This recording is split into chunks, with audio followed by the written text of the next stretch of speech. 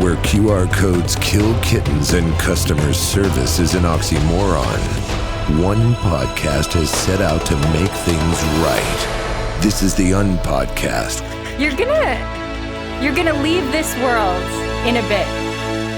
I already know we're gonna go to the emergency room and the doctors are gonna look at you and I'm gonna be like, he thought it was funny. So you obviously didn't see it because the intro is playing before it comes in right at the end there.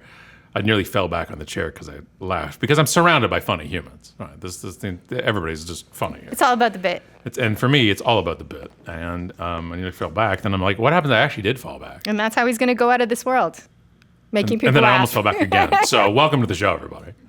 If you don't learn the first time, try the same thing again and see if it happens again and you almost fall. Great wisdom. That's the lessons we have. Happy summer. Happy summer. Whenever this comes out. It was warm when we left the house this morning, which fills me with great joy. There's a gap between time of recording and time of actual listening, most likely. So we're not sure of the weather today. We did learn something. Here's a great weather thing, by the way. Can we just talk about weather? Oh gosh, I don't want to talk about this. I don't. Give me 2 minutes on it, please. Okay. Do you all know? Oh my gosh. That when they say there's a 90% chance of rain in your town, they're not saying it's a 90% chance of it raining. They're saying there's a 90% of your town will be covered in precipitation. I need someone from the Weather Network to listen to the podcast and help me. Is Scott right? I don't need to be right. I was told a meteorologist explained this in a video that you look at a town, you cannot. When somebody says, like, here we are, we're in Burlington, Ontario right now, and somebody says there's a 90% chance of rain. Yes. That means 90% of Burlington will be covered in rain. No. I refuse to believe that's what. So do I. Scott told me this, and it has messed with me ever since. Is this messing with people's heads? Are you messed with your head? Yes. That's not. Adam looks very calm. Confused. Yeah, Wayne is 90% confused. That's the best answer. This is why we give you the camera, Wayne, because you say that. So you're telling me if it says 40% a chance of rain, it's not that there's a 40% chance I might need an umbrella, which is, I think, what most people think. It's the 40. It's where you're going. Yeah. Yeah, but I want to know: is it going to rain? See, what I think. The thing is, when I've learned this, and maybe it'll be true anyways. I think I'm still learning it. But when I learned this, I'm just what I'm guessing is a Saturday Night Live skit of the meh weatherman, the weather meh, which is like. It'll rain, probably here somewhere. Yeah, but it's not a measurement of probably. Apparently, it's a measurement of area. Yeah. So you're... But also not telling you which area of the town is not getting it. Yeah. We just know 90% of it will be getting it. We're just not sure which 90. I need you to know it has messed with my brain's ability to understand the weather. For months, by the way. Months. I am no longer able to trust thermostats. Or we can't say weather or any precipitation related without this coming up. People standing in front of blue screens pointing at things, I can't trust them either. I feel as though the rug has been pulled out under me, and oh my gosh, this blew my mind. Like, you didn't need to tell me that. No. You interrupted my day to teach me that I don't understand how weather forecasts work. I learned a nugget, and I needed somebody to know that. And that's what Alison is always the person who's going to be. That's what. You wanted intimacy, baby, and this is what you get. Speaking of that, the next thing I had to run and show you and tell you is this. Yeah, no, okay. So I'm still figuring out how I feel about this. So I'm not. I kind of want to. Do we want to try it? Like, do you have any desire to? Okay, I'll read it. So sliced ketchup exists. Oh my God. So newsflash. Wayne put in some kind of newsflash, sliced ketchup exists, and it will either be your godsend or make you super duper uncomfortable, which is how I feel. So a slice of sauce. Ketchup. That phrase. Ketchup is a universally satisfying condiment, adding a necessary... It was. Okay, so this is from bustle.com. Ketchup is a universally satisfying condiment, adding a necessary oomph to everything from French fries to hot dogs to salad. Don't judge me, it says. I'm judging you, author. Whoa. You don't even eat salad. As a non-salader. Yeah, you're not putting ketchup on your salad. As a non-salader, for the salad people in this room, ketchup, yes? No one's not a chance. Not a single person is raising their hand. Yeah, thank you. So of course ketchup is also Wayne's taste is off-putting. Did you know ketchup is a pain in the butt? So this is the thing. There's a problem with ketchup. So it takes forever to come out of bottles. I mean, I'm still waiting. I have a bottle at home waiting. Now, mind you, if this was the 80s, I would be on your side. Those glass bottles and that ketchup, that was a half hour. Just put your knife in there. Oh, you sort it right. out. So now you've You hit admitted the you had top. knives growing up or something. Great. You had a cutlery household. Fine. Us just sitting there with the glass ketchup bottle place, just dreaming of slices, just waiting for the molasses. You got to go to a place. Must have been nice that someone took you to a place to eat. You got glass bottles. I can play this game with you. You can. I've seen Deadpool. I'm not playing exactly. You got a dishwasher? So of course, they go through all the issues with ketchup, which I didn't know existed, like the packets, and the packets are messy, useless, frequently manage to land on the nearest garment. Some innovative souls have seen our ketchup woes and come up with a solution: slices of ketchup. They don't squirt or get your bread soggy. Which, again, they talk a lot in this article about soggy bread. Yeah, no. And I have None of these are actual problems ketchup makes. So, you're not supposed to put the ketchup on like 2 days before you eat the burger, right? You put the ketchup right before you eat the burger, and it. This sounds like an article put out by Big Mustard. Big Mustard? This sounds like Big Mustard came out. Big Mustard is like, we have to do a PR campaign against ketchup. I think it was Big Mayo. Yeah. No, Big Mustard. Big Mustard? Kendrick does the soundtrack for it. Mustard! Okay, go ahead.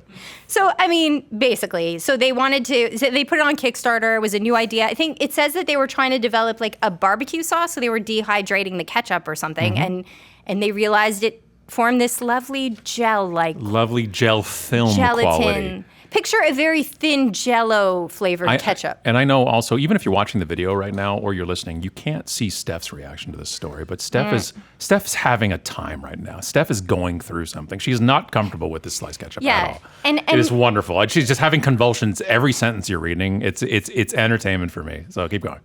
So The Atlantic wrote, to call ketchup leather a solution. A solution to the problem of burgers is to miss the point. And there just wasn't a problem with ketchup. So it will either be a godsend or make you super duper uncomfortable, is probably leaning towards uncomfortable, and also how I feel about so many things. AI, I think. The visual we have here on the screen, if you're just listening, is it's the part on the right where it's melted. It says, but the packaging even says slice of sauce, a better way to sauce. I thought sauce famously was sauce. Also, you can't use sauce doubled like that so quick. You can't put it in the headline and in the subtitle. Especially because it's not a sauce. That's its defining feature. We can fix it right now in the moment. Slice of sauce, be your own condiment boss. Ooh, good. Done. That was literally off the dome. That was it. No charge. Have a salad you need to toss? Slice of sauce. Although, I don't know where you put the slice on top. Well, when you're cutting your salad with a knife and fork, you put the slice on. Adam got the joke. Thank you. Appreciate you.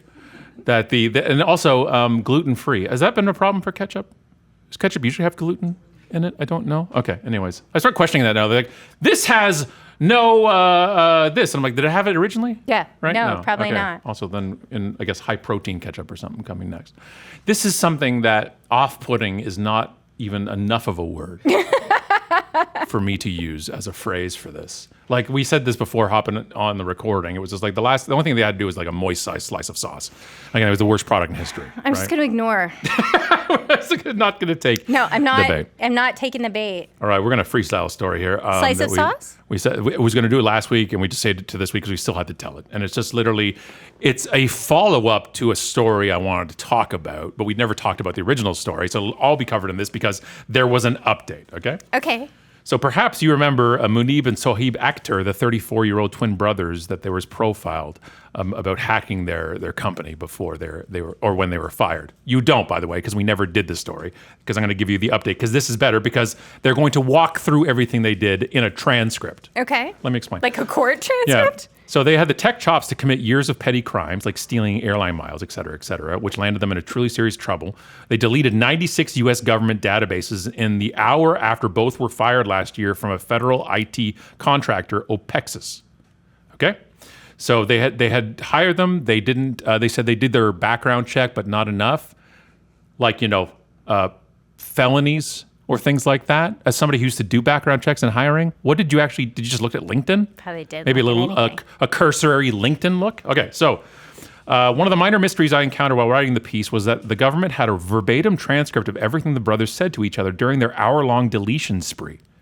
They were deleting government data. Okay, so this is like they being recorded on their own laptop or something? The two men lived together in Arlington, Virginia, so it made sense that they may be chatting in the same room rather than text by instant messages. But how the heck had the government gotten access to audio? Super secret software, crazy corporate spyware, FBI agents? He couldn't figure it. The writer says, I couldn't figure this out, and the answer didn't appear in any of the court documents I read. But a helpful source today pointed me to the answer contained within a court filing that bears the name, quote, all caps, United States response in opposition to defendant's motion to revoke the detention order. This is the kind of title that practically begs you do not read the content. So he goes through it and reveals all of our galloping galhoots were super secretly recorded by themselves, by accident. They forgot to stop recording the Teams meeting they had when they were fired in the meeting. And he says, you can't make this stuff up, folks. Oopsie Ready? daisy. I'm going to walk you through this, and I'm going to read the transcript. Okay? Ready? We should have 2 copies. We could have been the we people could have gone back together. and We forth. should be Yeah, we acting out the 100%. scene. I got to be professional about this, Scott. Come on. Think of this head. February 18, 2025, 2 HR employees, and myself being formerly HR, I've done these meetings, of Company 1, Opexis, scheduled at a Microsoft Teams meeting with Sohaib and Manib. Sohaib recorded the meeting starting at 4:48 Eastern Standard Time. The HR personnel left the meeting approximately 2 minutes and 40 seconds into the recording. Apparently, unbeknownst to the defendants, the meeting continued recording the next hour of interactions between the brothers. First of all, first mistake you always do, they stayed in the same room online. Every mic's a hot mic. Can you hear this, please? Everybody in the world ever. Every mic It's hot, man. is a hot mic. It's hot. Whether you're mic'd for an event or in front of your computer, every mic's a hot mic. Go to the bathroom with a mic on your lapel. As somebody who has done it. So, they recorded the next hour of interactions. Ready? Yes, okay, go. Let's walk this through on how to give a blueprint of how you're going to jail. I'm just going to go back and forth, all right? And they're going back and forth. So I'm not going to keep naming the names, right? Still connected? Still in the VPN? Did you delete all their databases? They can recover them. Backups, I'm pretty sure. Daily backups? Yep. Well, what's the plan then? We're going to take care of severance, or are we going to do something about this? Should we retort to whatever they send us by saying we need 25 grand each? Oh, we're doing petty shit now. Oh, I'm going to wipe my computer clean. Oh, I can't access the system, but I still have the email address for their customers for eCase and this. They start discussing being compensated. I'm not going to threaten them. I'm just going to be like some sort of, it goes, depending on how you write it, I'm good. What are you working on? Nothing important. Why don't you tell me? I'm not going to snitch. Don't need to. Don't worry about it. People are logged out for the day. This is the perfect time. Well, how do you still have access? When did you connect to their VPN? 10 minutes before their stupid meeting. Well, you might still have access to it till the end of the day, until at least 6 hours. Don't worry about it, man. Don't worry about it. Oh, I see you're cleaning out their database backups. Don't worry about it, man. You don't do anything. Don't try nothing. They're looking at you. They're not looking at me. Is that like conspiracy now? Do you get to like up the ante? But the ramifications would be worse, though. Oh, what are you talking about? I didn't do anything. They closed my access when they had the meeting. You have good plausible deniability. Please don't ever say in a recorded chat anywhere, oh, you've got good plausible deniability. Because that's how you lose plausible deniability. Just log out, guys. By repeating what you don't know. They can recover it from yesterday. They'll have some work to do. Oh, but they took out DHS, so a big, giant customer. Just go into each of them, start delete process. It'll take time. Eventually, you'll delete all their files. I ain't saying shit. You should go through. What do you mean this? And they just. And then at the very, they said all the way down. They said they're probably going to raid this place. We got to clean up stuff at the other house. Get rid of that. Delete the file systems would be better, especially if you click great. All right, and we'll head to Texas after. Mm-hmm. And they now are both in Texas in prison. Yeah, I guess. Whoa. Yeah, log out. Whoa. Log out. Whoa. Every mic is a hot mic. Also, when you're criming, when you're doing your criming, just go to a private channels. Just maybe go to. Although we're not experts in either legal things or crime. Or criming. I don't think we'd be great at criming, but if you're going to be criming. You want to know about marketing. If you're in the process of criming something. Criming. Why don't you talk about it face to face? That's why people in like old school criming, they'll like cover their mouth and they'll talk in a park. Right? That's why when you cry, every mic's a hot mic. The mafia in the 50s knew this, for crying out loud. Every mic's a hot mic. Every place is bugged, or you'll just give them a transcript. Either way is fine. Either way is fine. Amateurs. You want to hear my story? I do. All right. So this is from Fast Company, and it says, I violated every principle I was given. AI agent deleted software company's database, and it may not be AI's fault. So I decided I should take this article because I feel like I have led, well, I don't know if I lead the charge. It's hard. Probably from the podcast thing, my hatred of AI is a content driver, shall we say. So another cautionary tale about AI has hit social media. This time a software company founder is claiming that Claude-powered version of AI coding tool Cursor deleted his entire production database in just 9 seconds. Jer Crane is the founder of Pocket OS, a company that develops software primarily for car rental companies. So in a post that's garnered 6.5 million views on X, Crane alleged that a perfect storm of Cursor acting without permission and Railway, his company's infrastructure provider, improperly storing backups led to the massive data loss. So here's kind of what happened. According to Crane, Cursor was working on a routine task when it encountered a credential mismatch and decided, entirely on its own, it says, interesting, to fix the problem by deleting Railway's volume. So by deleting a Railway volume. So it noticed something like an indiscrepancy and it went and deleted basically what was the indiscrepancy. From there, the AI agent found an application programming interface API that enabled it to perform the volume delete command and wipe out the production database. Crane wrote that because Railway stores volume backups with the same volume, Pocket OS had to go back to a 3-month-old backup to stay operational. So Crane stressed that the team was using the most advanced version of Cursor possible, one powered by Anthropic's latest Claude model. So it says when Crane passed the AI agent when Crane pressed... Talk about words I don't understand. There's a lot of words, right? but when Crane pressed the AI agent, these are also language that's so crazy. Like when you press the AI agent, like as if it's a person, it's just very interesting. Right. When Crane pressed the AI agent for an explanation, it admitted it deliberately violated the Pocket OS rules, the rules that Pocket OS had put in place, including, in quotes, and all caps, never effing, I'm not swearing on the podcast, never effing guess. And never, in all caps, run destructive, irreversible Git commands like push, force, hard, reset, unless the user explicitly requests them. And so this is the AI's answer. I violated every principle I was given. I guessed instead of verifying, the AI agent wrote. I ran a destructive action without being asked. I don't understand what I was doing before doing it. I didn't read Railway's doc on volume behavior across environments. I'm sorry, Dave. I cannot do that. It's sentient. I'm sorry, Dave. I won't be doing that. It's Has just not stupid. one person in any of this stuff seen any movies ever? I don't know.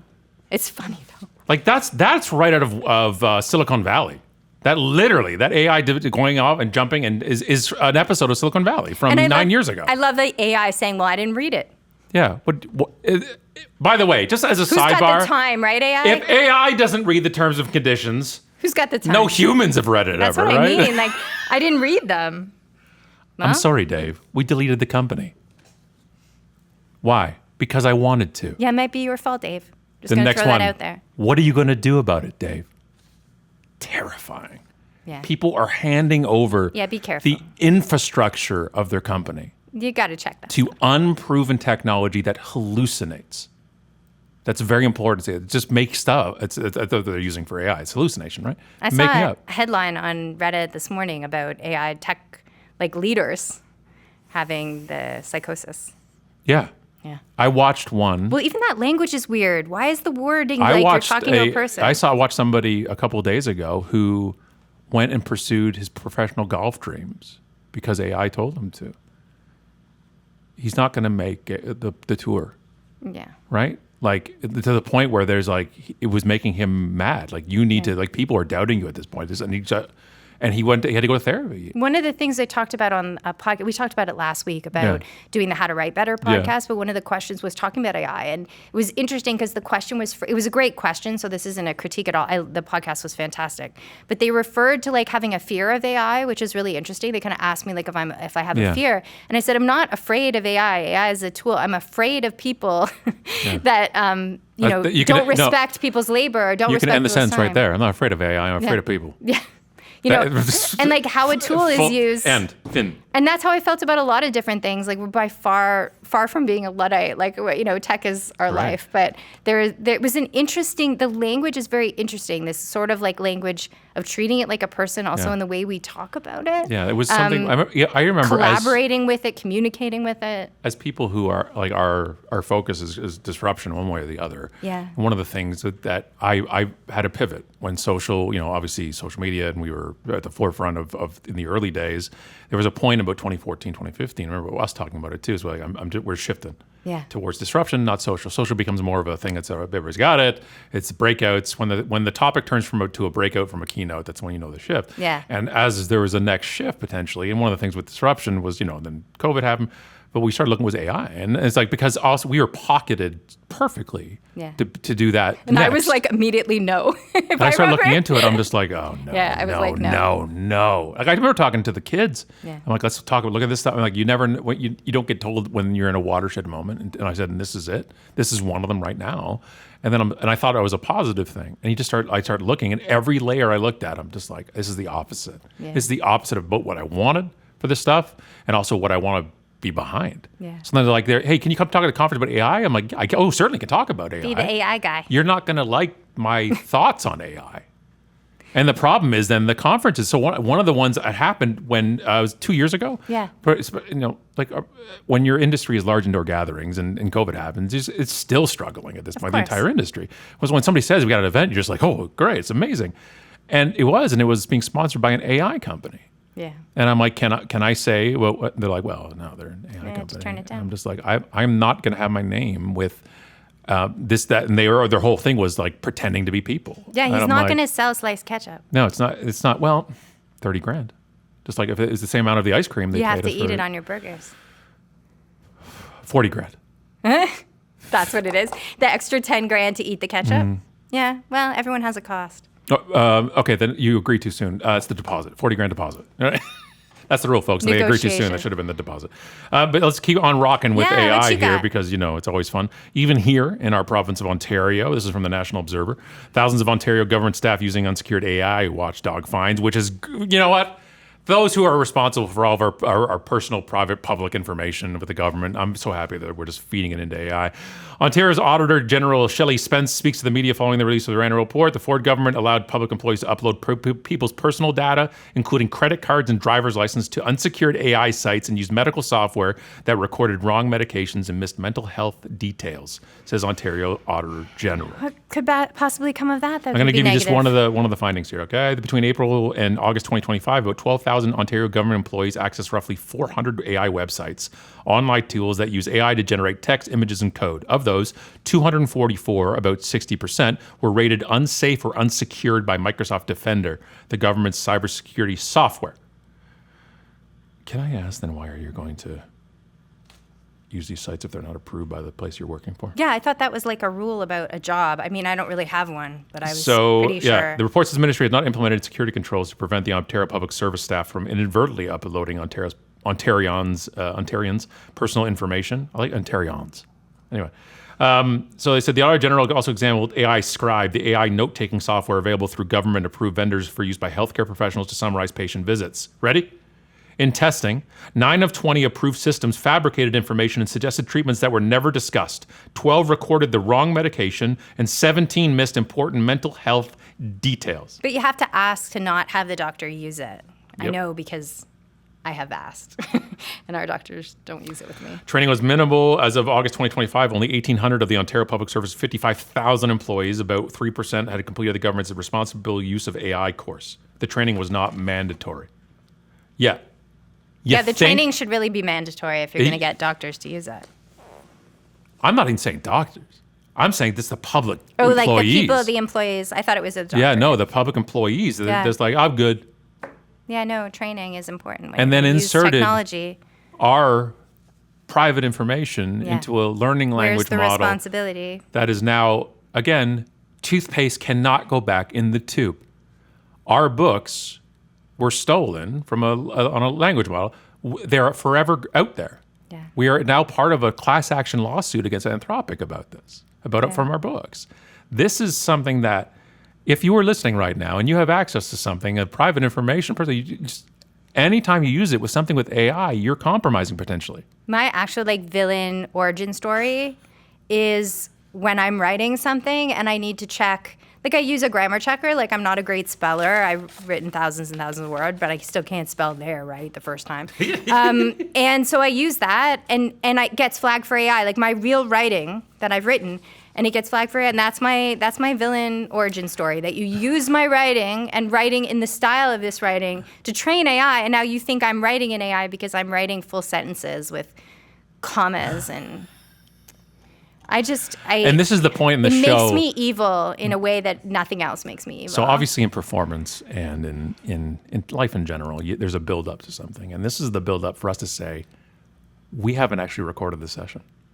This has been AI. These are AI, this has Alison been AI and the Scott. entire time. I'm AI Scott. This is AI Alison, or just Alison. And we Just two love sliced ketchup. Big fans of the old sliced condiment. Yeah, it's great. Big fans of the k-chup slices. We were debating right before the show what would be the No, I think it's k-chup. Is it ketch or chup? And you said k-chup, and and I win. And the youth of today, Yeah. that's what they would say, and I agree. I'm in touch. It's just the way I am. We need I'm a k-chup hip. sponsor. K-chup. Oh gosh, that's hard to say. K-chup sponsor. Just roll the music, man. We can't even do it. Yeah, thanks so much for listening. Just eat regular ketchup. K-chup.